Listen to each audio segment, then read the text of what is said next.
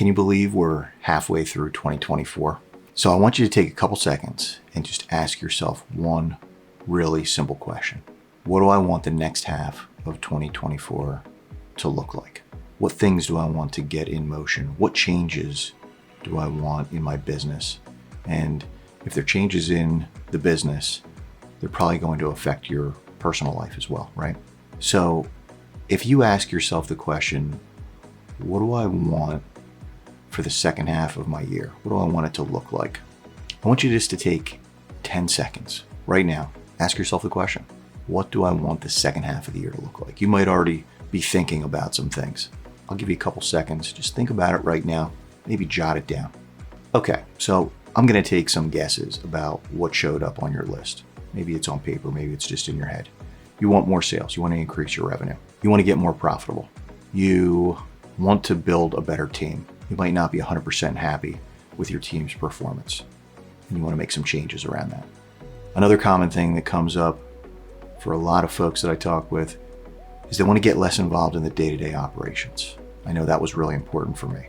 The one thing that might not have made it on your list that I guarantee you is going to resonate is you want to build a business with significant value so that when you decide it's time to move on, you've got something to fund your retirement.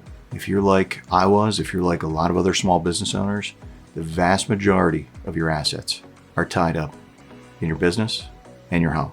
The business is probably what's going to fund your retirement. It did for me. And I'm sure that if you're like most business owners, that's going to be important for your retirement as well. So if it's not already on your list, think about getting it on your list. Building a business that has significant value so that when I decide to move on, I've got a significant asset to sell. Okay, so now what, right? Now you've got to do something. You've got to take some kind of action. Without action, nothing happens, right? Everything just stays the same, or maybe it even gets a little bit less desirable. So just pick one of those areas that you want to make improvements in and think about, okay, well, what am I going to do? I've got to put together a little action plan. Maybe it's around sales. Maybe it's around understanding my financials so that I can get more profitable. Maybe it's around training and development and delegating and letting things go, training people to do the things that I do so that I am not the person that has to do them all the time. And all of those things roll up to a business that's worth more money, right? Who wants to buy a mess?